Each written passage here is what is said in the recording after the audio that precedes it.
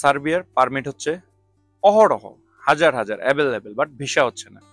তারপর অনেকে বলতেছেন আপনারা সার্বিয়ায় ভিজিট ভিসায় এসে তারপর এখানে কাজ করা যাবে কিনা, এবং আপনাদের কোম্পানিতে আসার পর, আই মিন সার্বিয়াতে আসার পর যদি কোম্পানি আপনাদেরকে ভিসা এক্সটেনশন না করে দেয় বা ভিসার মেয়াদ যদি চলে যায়, তাহলে আপনারা কি করবেন।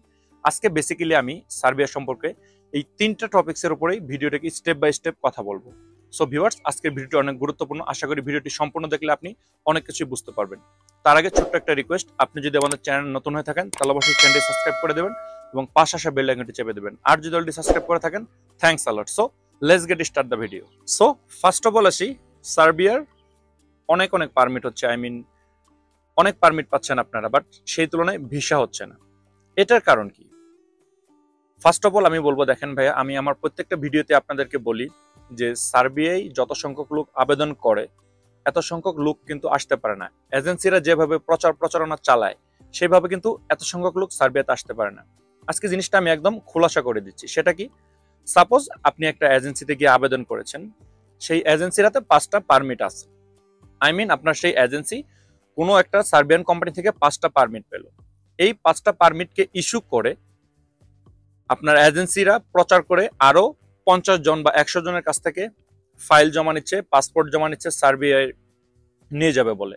আর এই 5টা পারমিটকে তারা কোনো একটা কম্পিউটার দোকানে বসে এডিট করে বাকি যে 50 জন বা 100 জনের কাছ থেকে আপনার জমা নিচ্ছে, তারা ফাইলগুলো নিচ্ছে, তাদেরকেও এই একই পারমিটগুলা দিয়ে দিচ্ছে।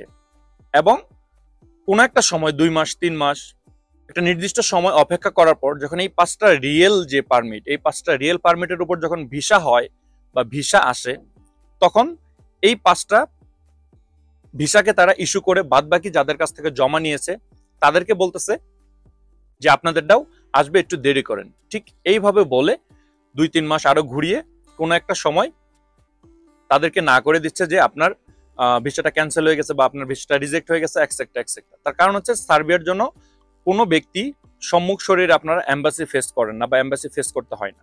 এখানে আরেকটা জিনিস পরিলক্ষিত, সেটা হচ্ছে, সে বিষয়টা হচ্ছে যে দেখেন, সার্বিয়াতে আপনার যে এজেন্সির লোকরা তারা যে ফেক পারমিট গুলা দিচ্ছে বা contract letter, I mean fake যে জিনিসপত্র বা কাগজপত্র ডকুমেন্টস গুলা দিচ্ছে, এইগুলার উপর বেসেস করে আপনাদের অনেকের মনে প্রশ্ন আসতে পারে যে আমাদের ভিসা হবে কিনা বা আমরা কিভাবে বুঝতে পারবো। এই বিষয়টা একদমই সেন্সিটিভ। তার কারণ হচ্ছে আপনি যদি কোনো ফেক পারমিট দেন বা হাতে বানানো কোনো পারমিট দিয়েও যদি আপনি আবেদন করেন, তাহলে দেখা যাচ্ছে নির্দিষ্ট একটা সময় যাওয়ার পর তারপর আপনার ভিসাটাকে রিজেক্ট হয়ে যাবে। এখানে বোঝার কোনো ক্ষমতা নেই যে সেটা আপনার ফেক। এই জিনিসটাকে পুঁজি করে বাংলাদেশের বিভিন্ন এজেন্সি প্রতারণামূলকভাবে বিজনেস করতেছে। তারাও সার্বিয়াতে পাঠাচ্ছে, লোক আসতেছে। সার্বিয়াতে যে লোক আসে না এরকমটা। আমাকে অনেক ভিউয়ার্সরা বলেন আমি নাকি তাদেরকে ভয় দেখাচ্ছি বা আমার ইনফরমেশন গুলো শুনে তাদের ভয় লাগে। বাট একটা কথা মনে রাখবেন ভাইয়া, যে সব কথাগুলো চিরন্তন সত্য সেগুলো একটু তিতই হবে। আমি আপনাদেরকে ভয় দেখাচ্ছি না, আমি আপনাদের চক্ষুটাকে খুলে দিচ্ছি যাতে আপনি প্রতারিত না হন। তার কারণ হচ্ছে যে এই ফেক পারমিট, ফেক ডকুমেন্টস, এগুলা দিয়ে আপনি এম্বাসি পর্যন্ত আপনার সব কার্যক্রম তারা চালিয়ে নিতে পারবে। ভিসা রিজেক্ট হয়ে গেছে, এখানে আপনার রিজেক্ট হওয়ার পর আপনি আপনার এজেন্সিকে কিছু বলতে পারবেন না। তারা বিভিন্ন ধরনের কজ দেখাবে যে এই কারণে ভিসা রিজেক্ট হয়ে গেছে বা অন্য একটা কারণে রিজেক্ট হয়ে গেছে। তারা নির্দিষ্ট কারণ দেখিয়ে আপনাকে বলে দেবে যে আপনার ভিসাটা রিজেক্ট হয়ে গেছে। সো সেখানে আপনার কিছুই করার থাকবে না। বাট একটা জিনিস মনে রাখবেন, তারা আপনার এই ভিসার জন্য আবেদনই করে না, কারণ তারা জানে যে কোন পারমিটটা রিয়েল এবং কোন পারমিটটা ফেক। যেগুলো ফেক তারা সেগুলোকে হাতে রেখে বলে আমরা আবেদন করে দিয়েছি এক্সেট্রা এগুলা করে দিন শেষে কোনো একটা সময় গিয়ে আপনার ভিসা রিজেক্ট হয়ে গেছে বলে আপনাকে আপনার ফাইলটাকে বা আপনার পাসপোর্টটাকে রিটার্ন করে দিচ্ছে। বাট ওই যে ফাইলের সঙ্গে বা পাসপোর্টের সঙ্গে যে আপনি 2-4-50 হাজার 1 লাখ টাকা জমা দিলেন, এটাই তাদের লাভ থেকে যাচ্ছে, কারণ এটা নন রিফান্ডেবল, আপনাদেরকে তারা ফেরত দিবে না।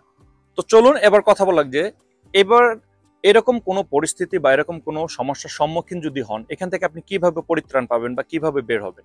ফার্স্ট অফ অল আমি বলবো যে সার্বিয়ার ভিসা হয়ে গেলে আপনি টাকা পয়সা লেনদেন করবেন অ্যান্ড দেন আপনার তাদেরকে আপনার এই সম্পূর্ণ টাকা পয়সাগুলো দিয়ে দিবেন, এরকমটা করার দরকার নেই। তার কারণ হচ্ছে ভিসা হওয়ার পর আরো অনেকগুলো ধাপ থাকে, আপনার ম্যান পাওয়ার, আপনার ফ্লাইট।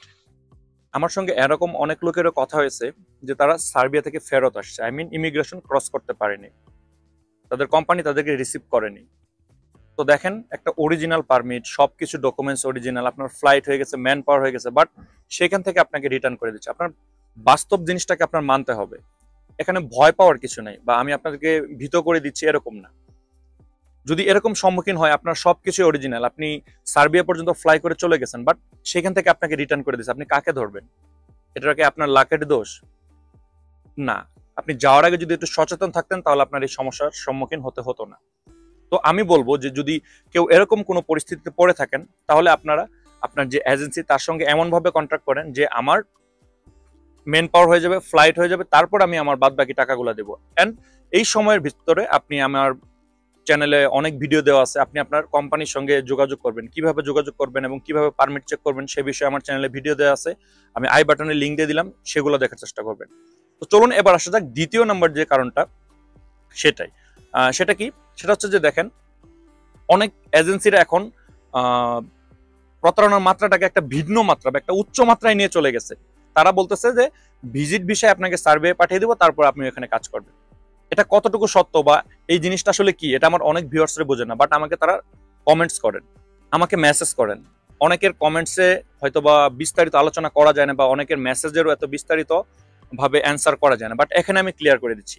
হ্যাঁ, আপনাকে চাইলে ভিজিট ভিসায় সার্ভে আসতে পারবেন, বাট এখানে আসার পর আপনি ভিজিট ভিসায় আপনার যে বর্তমান যে অবস্থাটা, সেই ভিজিট ভিসায় আপনি এখানে কাজ পাওয়াটা কতটা টাফ হতে পারে বা কিভাবে আপনি কাজ পাবেন, এই জিনিসটা কিন্তু আপনি জানেন না। হ্যাঁ, আপনি ভিজিট ভিসায় আসেন, ভিজিট ভিসায় আসার পর এখানে আপনার কি করতে হবে? আপনার পাসপোর্টটাকে ছিঁড়ে ফেলে ইউরোপের যে অন্যান্য যে দেশগুলাতে যেভাবে বৈধ হতে হয়, যেভাবে কাজ ম্যানেজ করতে হয়, ঠিক সেভাবেই করতে হবে। আই মিন, আপনাকে অ্যাজাইলম বা রাজনৈতিক আশ্রয় নিতে হবে। আপনি যদি অ্যাজাইলম বা রাজনৈতিক আশ্রয় নিতে যান, যদি কিছুদিন পর দেখা যায় যে আপনার সেই কেসটা সার্বিয়ান গভর্নমেন্ট রিফিউজ করে দিল, তাহলে দেখা যাচ্ছে আপনাকে আবার বাংলাদেশে ব্যাক করতে হবে, অথবা আপনাকে গেম দিয়ে অন্য কোনোখানে চলে যেতে হবে। I mean, France, Italy, Portugal এইসব দেশে যেভাবে অবৈধরা বৈধ হয়, ঠিক সেম ক্যাটাগরিতে আপনার এখানে এসে অবৈধ থেকে বৈধ হতে হবে যদি আপনি ভিজিট ভিসায় আসেন। কারণ আপনার ভিজিট ভিসাটা হচ্ছে আপনি ঘোরার জন্য, কাজ করার জন্য না। আশা করি এই বিষয়টা আপনার ক্লিয়ার। এবার আসা যাক সর্বশেষ এবং যে গুরুত্বপূর্ণ বিষয়টা, আপনি যদি সার্ভে আসেন, আপনার ভিসার মেয়াদ যদি চলে যায়, তো আপনি কি করবেন? অথবা আপনার কোম্পানি যদি আপনাকে ভিসার মেয়াদ না বাড়িয়ে দেয়, তাহলে আপনি কি করবেন? এ বিষয়ে আসার আগে ছোট্ট একটা রিকোয়েস্ট, ভিডিওটি যদি ভালো লেগে থাকে এবং ইনফরমেটিভ মনে হয়, তাহলে অবশ্যই লাইক, কমেন্ট এবং শেয়ার করবেন। অ্যাটলিস্ট আমাকে সাপোর্ট করার জন্য হলেও আমার চ্যানেলটাকে সাবস্ক্রাইব করে রাখবেন। আর ছোট্ট করে বলি, দেখেন ভাইয়া, আপনার একটা শেয়ারের মাধ্যমে সার্বিয়া ভিসা প্রত্যাশাগামী যে ভাইয়েরা, তারা অনেক কিছু জানে না, অনেক ইনফরমেশন তারা মিস আপ করে ফেলে, কারণ এজেন্সি তাদেরকে সেই সঠিক ইনফরমেশন গুলো দেয় না। তারা সেই ইনফরমেশন গুলো না জেনে টাকা মার খাচ্ছে, প্রতারিত হচ্ছে, অনেক পরিবার নিঃস্ব হয়ে যাচ্ছে। সো আমি আপনাদেরকে অনুরোধ করব, দয়া করে ভিডিওটি শেয়ার করে আমার যে সার্বিয়ায় ভিসা প্রত্যাশাগামী ভাইরা, তাদের কাছে ভিডিওটি এবং এই ইনফরমেশন গুলো পৌঁছে দেওয়ার অনুরোধ রইল। তো চলুন এবার কথা বলা যাক যে যদি আপনি এখানে আসেন, যদি আপনার ভিসার মেয়াদ শেষ হয়ে যায়, বা আপনার কোম্পানিতে কর্মরত অবস্থায় যদি আপনার ভিসার মেয়াদ শেষ হয়ে যায়, আপনার কোম্পানি যদি না বাড়িয়ে দেয়, তাহলে আপনি কি করবেন? ফার্স্ট অফ অল আমি বলবো যে আপনার ভিসার মেয়াদ থাকা অবস্থায় আপনি চেষ্টা করবেন অন্য একটা জায়গায় বা অন্য একটা কোম্পানিতে কাজ করার। আর যদি সেটা আপনারা না করতে পারেন, তাহলে আপনার চিন্তা ভাবনা করে নিতে হবে যে আপনাকে এই দেশে পাসপোর্ট ফেলে দিয়ে অ্যাসাইলাম করতে হবে, আই মিন রাজনৈতিক আশ্রয় নিতে হবে। অথবা আপনি চাইলে এখান থেকে সেন্ট্রাল ইউরোপের বা অন্যান্য যে দেশগুলা, আপনার সেদিকে মুভ করতে হবে। সো এখানেও কিছু প্রশ্ন থাকে আমার ভিউয়ারদের, মানে এখন হয়তো অনেকে প্রশ্ন করতে পারেন যে সার্বিয়া থেকে কি আপনি সেন্ট্রাল ইউরোপে যেতে পারবেন কিনা? হ্যাঁ ভাই, আপনি যেতে পারবেন, বাট আপনাকে গেম দিয়ে যেতে হবে।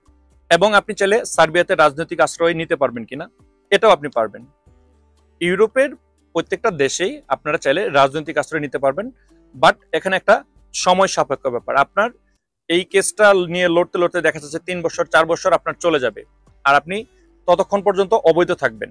আর সেই পর্যন্ত অবৈধ থাকা অবস্থায় যদি আপনার কেসটা রিফিউজ হয়ে যায়, তাহলে আপনাকে দেশে পাঠিয়ে দেবে।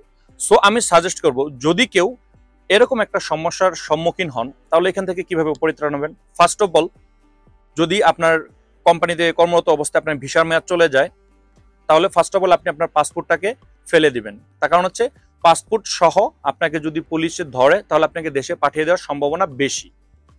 আর আপনি যখন যদি গেমও দিতে চান, যে গেম দিয়ে অন্য কোনো দেশে চলে যাবেন, আমাকে কেউ ভুল বুঝবেন না, আমি কাউকে উদ্বুদ্ধ করতেছি না, বাট দেখা যাচ্ছে যে সিচুয়েশন বা সময় অনেক কিছু আমাদেরকে চেঞ্জ করে দেয়। আমরা জানি না যে আসলে সিচুয়েশন বা সময় আমাদেরকে কোন দিকে নিয়ে যাবে। আল্লাহ না করুক, কেউ যদি এরকম একটা সমস্যার সম্মুখীন হয়ে যান, তাহলে আপনার চেষ্টা করবেন আপনার পাসপোর্টটাকে ফেলে দেওয়ার জন্য। ফেলে দিয়ে আপনি যে দেশে যেতে চাচ্ছেন আপনি সেখানে চলে যান, সেখান থেকে যদি আপনার উঠানোর মতো কোনো ওয়ে থাকে তাহলে উঠিয়ে নেবেন। আদারওয়াইজ আরেকটা কাজ করতে পারেন, সেটা হচ্ছে যে আপনি আপনার সেই পাসপোর্টটাকে ডিএচএল এর মাধ্যমে আপনি যে জায়গায় যাবেন সেই জায়গায় আগে পাঠিয়ে দিন, তারপর আপনি যেতে পারেন। আদারওয়াইজ আপনি যার মাধ্যমে যাচ্ছেন তাকেও বলে দিতে পারেন যে আমি এখানে যাওয়ার পরে আমি আপনার সঙ্গে যোগাযোগ করলে আপনি আমার পাসপোর্টটাকে নির্দিষ্ট জায়গায় পাঠিয়ে দিবেন। এতগুলো কথা বলার একটাই রিজন হচ্ছে যে সমস্যার সম্মুখীন হলে অবশ্যই আপনার পাসপোর্ট থেকে আপনার দূরে থাকতে হবে। তার কারণ হচ্ছে আপনার পাসপোর্ট সহ যদি আপনাকে পুলিশ ধরে তাহলে আপনাকে দেশে পাঠিয়ে দেওয়ার সম্ভাবনা 100%। সো ভিউয়ার্স, আশা করি এই ইনফরমেশন গুলো আপনার অনেক কাজে লাগবে। তো চলুন এবার কথা বলা যাক যে আপনি সার্ভে আসবেন কিনা। দেখেন, সার্ভেতে ভিসা হচ্ছে, ভিসা যে হচ্ছে না তা না, সেটা খুব কম সংখ্যক মানুষের, যারা মোটামুটি স্কিল ওয়ার্কার, যাদের দক্ষতা রয়েছে। আমার কিছুদিন আগে একটা ভাইয়ের সঙ্গে কথা হয়, তিনি বর্তমানে সার্ভে আছেন, বাট তিনি স্কিল ওয়ার্কার, তিনি বাংলাদেশ থেকে আসছে। সো আপনাদের মাঝে যারা স্কিল ওয়ার্কার আছেন তারা সার্ভে নিয়ে চিন্তা করতে পারেন। আর সবচেয়ে বড় কথা হচ্ছে যে যারা নন স্কিল ওয়ার্কার তারাও আসতে পারবেন, বাট ফার্স্ট অফ অল আমি বলবো যে সেটা হচ্ছে যে ভালো একটা এজেন্সি আপনার ধরতেই হবে। ভালো কোনো এজেন্সি ছাড়া আপনারা সার্ভের জন্য আগাবেন না। তার কারণ হচ্ছে বাংলাদেশে এরকম প্রতারণা অহরহ হচ্ছে, অনেক ফেক পারমিট বের হয়ে যাচ্ছে এবং অনেক পারমিট হচ্ছে, সে তুলনায় ভিসা হচ্ছে না। আবার অনেক যারা এজেন্সির লোক তারা ভিডিও পাবলিশ করতেছে যে অমুক দিন অমুক জনের ফ্লাইট, তাদের পারমিট আসছে, ভিসা আসছে, এক্সেক্টা এক্সেক্টা। আর ই ভিসা নিয়ে বর্তমানে মোটামুটি সার্বিয়াতে এবং বাংলাদেশে একটা রিউমার্স ছড়াচ্ছে। ইনশাল্লাহ আমি আমার পরবর্তী ভিডিওতে আপনাদেরকে এই ই ভিসার আদ্যপান্ত আমি আপনাদেরকে বলবো যে এটা আসলে কতটুকু যৌক্তিকতা। সো ভিউয়ার্স, আজকের ভিডিওটা বড় করতেছি না, আশা করি ভিডিওটি অনেক ইনফরমেটিভ এবং অনেক ভালো লেগেছে আপনাদের। যদি তাই হয় তাহলে অবশ্যই শেয়ার করে দিবেন। ইনশাল্লাহ পরবর্তী ভিডিওটা আরো গুরুত্বপূর্ণ হবে, সেই ভিডিওটা দেখার আমন্ত্রণ জানিয়ে আজকের মতো এখানেই শেষ করতেছি। সবার জন্য দোয়া রইল, আমার জন্য দোয়া করবেন। আল্লাহ তাআলা সবার মনের আশা পূর্ণ করুক। আসসালামু আলাইকুম।